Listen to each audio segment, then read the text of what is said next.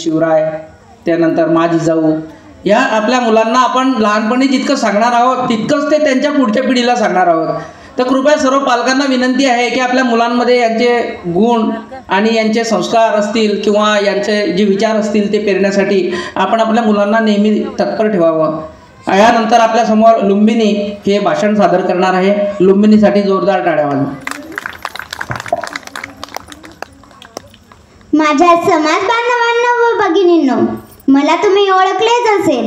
मी रमाई भीमराव आंबेडकर. पण माझ्यापेक्षा तुम्ही माझ्या साहेबांनाच जास्त ओळखता. माझे साहेब म्हणजे महाविद्वान, मुक्तिदाता, मार्गविधाता, शिल्पकार, किमयाकार, करुणाकार, धगधगता ज्वालामुखी, धम्मनायक उद्धारक, दीपस्तंभ आधारस्तंभ, मानवी हक्काचे कैवारी, शोषितांचे उद्धारक, नौकोटीचा राजा, घटनापती, घटना सम्राट, संविधान निर्माता, आधुनिक भारताचे जनक, दिग्विजयी नेता, कोहिनूर हिरा, क्रांतीसूर्य, प्रज्ञासूर्य, समाजसूर्य, विश्वरत्न, विश्वभूषण, बोधिसत्व, भारतरत्न, कायदे पंडित असा महाप्रज्ञासूर्य म्हणजे माझा साहेब. अशा स्वातंत्र्य प्रज्ञासूर्याची मी रमाई. माझा जन्म वनंद गावात झाला. माझे बापाचं नाव भिकूजी धोत्रे, आईचे नाव रखमाबाई असे होते. माझ्या मोठ्या बहिणीचं लग्न झालं होतं. माझी धाकटी बहीण गौरा आणि धाकटा भाऊ शंकर हा माझा परिवार होता. माझे आई आणि वडील लय कष्ट करी. आमच्या घरात 18 दारिद्र्य म्हणजे लय गरिबी. पोट भरून कधीच आम्हाला 2 वेळेचे जेवण मिळत नव्हतं. पण आम्हाला खायला मिळावं म्हणून माझा बाप एक वेळेला उपाशी राहायचा, उपाशी पोटी काम करायचा. उपाशी पोटी काम करण्यामुळे माझ्या बाला टीबीचा मोठा आजार झाला. हे बघता बघता माझी आई पण लय आजारी पडली. आईने आतरून धरलं. आईच्या रक्ताच्या उलट्या थांबता थांबेना. आईने मला जवळ बोलवलं आणि माझ्या बहीण भावाचा हात माझ्या हातात दिला आणि कायमचे डोळे बंद केले. आई तर आम्हाला सोडून गेली. पण माझ्या बापाने पण हिंमत सोडली. माझ्या बापाने पण आतरून धरलं. एक दिवस माझा बाप सकाळी सकाळी रमारमा करत हाक देऊ लागला. गौरा शंकरला बोलवून घे म्हणाला आणि मला म्हणतो कसा, बेटा रमा, बेटा रमा, हे तुझं खेळायचं वय आहे आणि मी आता चाललो. मला माफ कर पोरी, मी तुझ्यासाठी काहीच नाही करू शकलो. उलट हे 2 लेकरांचं ओझं तुझ्यावर टाकून चाललो. तूच यांची आई हो रमा, तूच यांची आई हो. माझ्या बाने माझ्या डोक्यावर हातही ठेवला नाही आणि गप्प करून डोळे मिटवून घेतले. आम्हाला बा आणि आई लय लवकर पोरग करून गेले. आम्ही अनाथ झालो. आम्हाला सांभाळायला मामा मामी धावून आले. मामा आम्हाला मुंबईला घेऊन गेले. मी 9 वर्षाची असताना मामा मला मुलगा शोधू लागला. सगळ्यांना एकच काळजी, ही अनाथ पोरीला कोण करील. मामाने लय मुलं बघितली पण कोणीच तयार होईना. एक दिवस मामांच्या घरी सुभेदार रामजी नावाचा एक भला माणूस आला. कोणीतरी सांगितलं होतं की वनंद गावाची एक अनाथ मुलगी आहे म्हणून रामजी बाबा मामांना भेटले आणि म्हणाले, माझ्या अभिमाच्या शिक्षणास आळकाठी होणार नाही अशी पोरगी आम्हाला हवी. मी पाणी दिलं. त्यांनी विचारलं, बेटा नाव काय तुझं. मी फार घाबरून सांगितलं, माझे नाव रमा. माझे नाव ऐकून त्यांनी माझ्या हातात खडी साखर दिली आणि दुसऱ्या दिवशी आमच्या लग्नाची तारीख ठरली. एकमेकांना पाहिल्याशिवाय बर का. सगळीकडे चर्चा सुरू झाली. रामजीचा मुलगा नवी पास आणि अनाडी मुलगीशी लग्न करतो. कुठे आंबेडकर, कुठे वनंदकर, जोडा काही शोभणार नाही. आमचा लग्नाचा दिवस उजळला. आमचं लगीन भाईखळाच्या भाजी मंडीत झालं. मला माझी आईची आठवण आली. एवढा शिकलेला जवळ पाहून माझी आई किती खुश झाली असती. एवढ्यात एक आजी म्हणाली, आता नवरा नवरीने नाव घ्यावं. मी काय बोलणार. मी विचार करून एक नाव घेतलं. वनंदकरांची लेक चालली आंबेडकरांच्या घरात.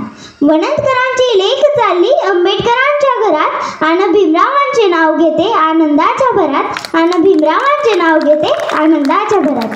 लग्न झालं. मी भीमरावांच्या घरी आली. पण मला काय माहित पुढे काय घडणार होतं. एक दिवस साहेब कॉलेजमधून घरी आले आणि म्हणाले, रामू तुला आता शिकायला हवं. मी म्हणाले, मी कशी शिकणार. मी तर अजून शाळेचं तोंड सुद्धा पाहिलं नाही. साहेब म्हणाले, मी स्वतः ज्योतिबा फार मोठे क्रांतिकारी पुरुष श्रमा. सावित्रीबाई पण अनाडीच होत्या. त्या शिकल्या. त्यांनी या देशातील ताराबाई शिंदे घडविल्या. देशातील पहिल्या मुख्याध्यापिका फातिमाबी झाल्या. तर महाळ मांगाचं दुखणं वेशीवर टांगणारी मुक्ता साळवे सावित्रीबाईंच्या शाळेतली. बघ रमा, श्री शिकली तर काय होऊ शकतं. मला पटलं. मी शिकू लागली. साहेबांना पण लय आनंद वाटला. एक दिवस माझ्या हाती एक पुस्तक आलं. ते पुस्तक साहेब रोज वाचत असायचे. मीही ते पुस्तक रोज वाचू लागली. ते पुस्तक म्हणजे केळसकर गुरुजींनी दिलेलं बुद्धाचं चरित्र होतं. त्यातील बुद्ध यशोधरा आणि राहुलला सोडून ज्ञानाच्या शोधात जातात. महाचिंतनानंतर बुद्ध होतात. हा सर्व भाग मी वाचला. का कुणाच ठाऊक, पण माझ्या साहेबांचे विचार सुद्धा त्या बुद्धांसारखेच क्रांतिकारी वाटत होते बरं का. काही दिवसांनी मी आई झाली. मी साहेबांना विचारलं काय नाव ठेवायचे आपल्या बाळाचं. त्यांनी नाव ठेवले यशवंत. काही दिवसांनी साहेब बडोद्याहून नोकरी करून घरी परतले. तेव्हा सुभेदार बाबांची तब्येत फार खराब होती. बाबा माझ्याकडे बघून म्हणाले, बेटा रमा, या आग लागलेल्या काळजाला सांभाळ. मला उद्याचा भारत घडवताना मला भीमाला पायाचं होतं. जाती येतेच्या बेड्या तोडणारा सेनापती त्याला करायचं होतं. गुलामगिरी मोडून काढणारा लढवय्या त्याला बनवायचं होतं. पण भीमा लढाईकडे पाठ फिरवू नको. उद्या तुला लोक सूर्य म्हणतील, महासूर्य म्हणतील. हे माझ्या सूर्या, घे नरडीचा गोट या मनस्मृतीचा आणि कर उधार या 9 कोटींचा. एवढे बोलून सुभेदार बाबा कायमचे पडद्याआड गेले. बाबांचे शब्द साहेबांनी लक्षात ठेवले आणि कधीच मागे फिरून पाहिले नाही. काही दिवसांनी 5 महिन्यानंतर साहेब अमेरिका गेले. तेव्हा मी गर्भधर होती. पण 9 कोटी दलितांना सुख द्यायचं होतं. त्यांची गुलामी कायमची घालवायची होती. किडा मुंग्यांसारख्या माणसाला वर आणून त्यांना माणसात बसवायचं होतं. म्हणून हे दुःख मी तुमच्यासाठी सहन केले बहिणींनो. गर्भधरपणात आपला माणूस जवळ हवा, पण तुमच्या पोटातल्या गर्भाला मला वाचा द्यायची होती. तुमच्याही बाळाच्या हातात मला क्रांतीची मशाल द्यायची होती. म्हणून मी काट्यांवर चालण्याची सवय लावून घेतली. नंतर साहेब अमेरिकेहून परत आले आणि मुंबईच्या कॉलेजमध्ये 400 रुपयांची नोकरी करू लागली. पण साहेब मला घर खर्चायला फक्त 100 रुपये द्यायचे.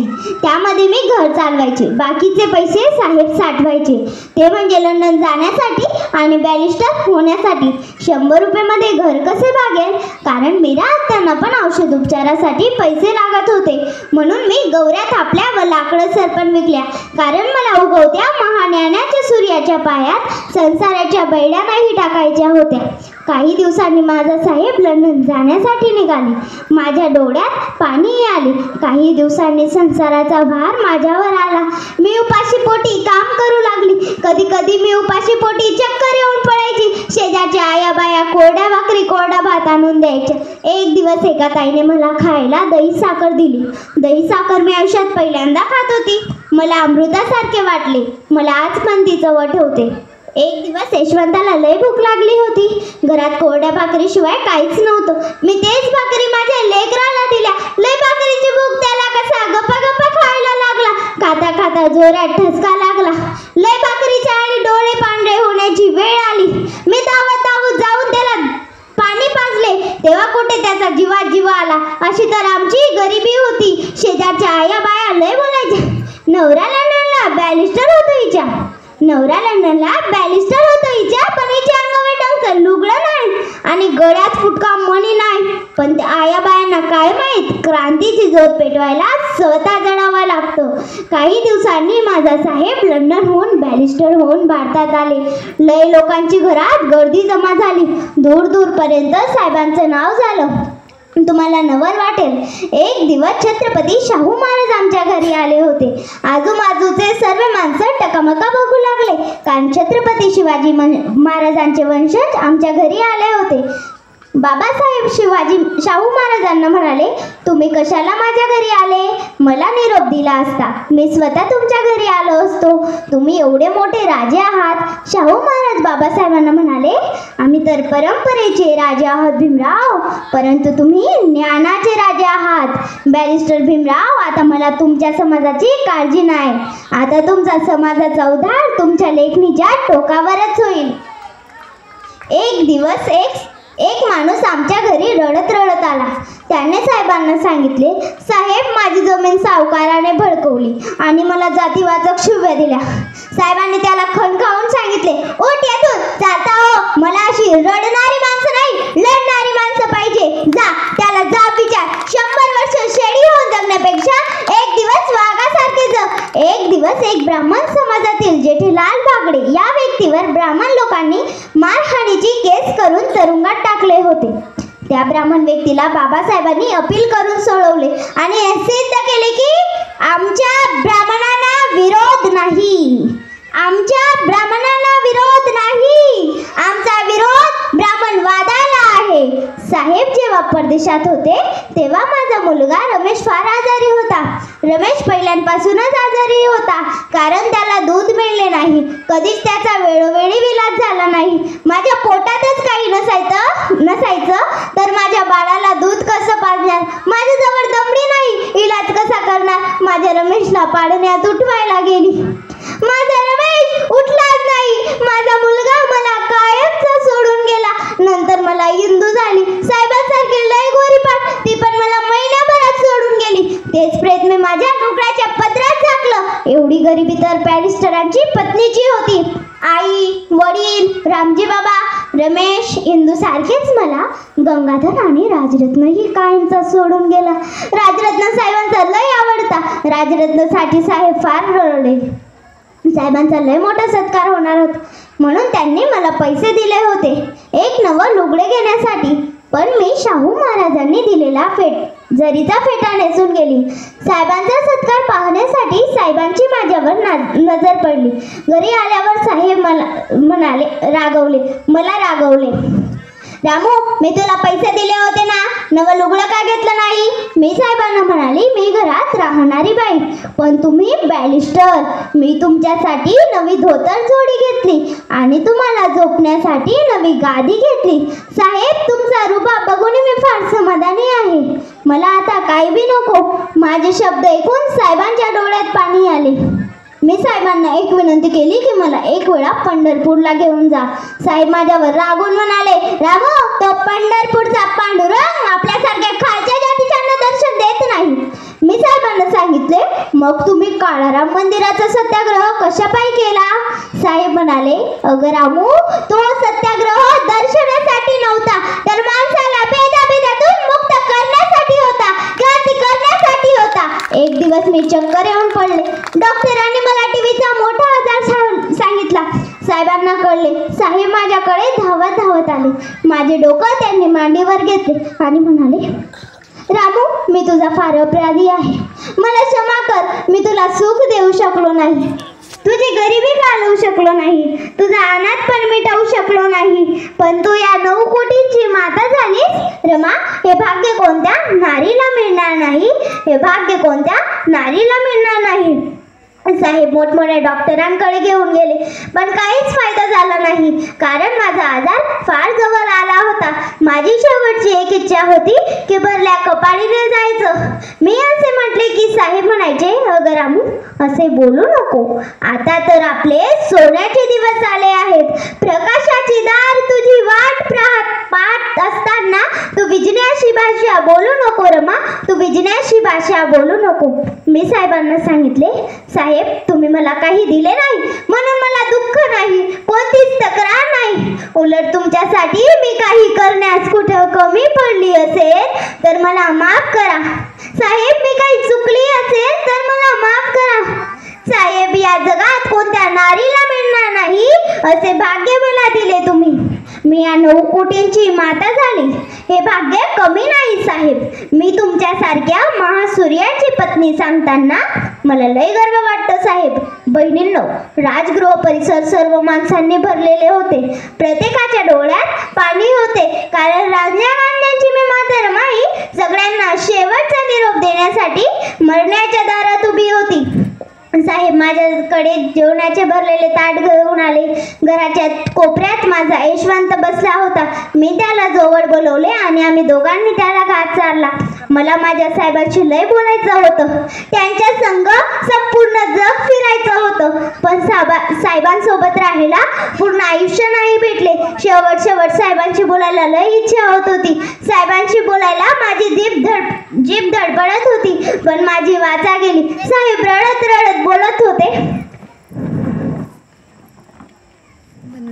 रामू, वादळात साथ दिलीस ग, उभ्या वादळात साथ दिलीस, कठोर काळाला तुझ्या पदरात समावून घेतलीस आणि आता एकटीच प्रवासाला निघाली.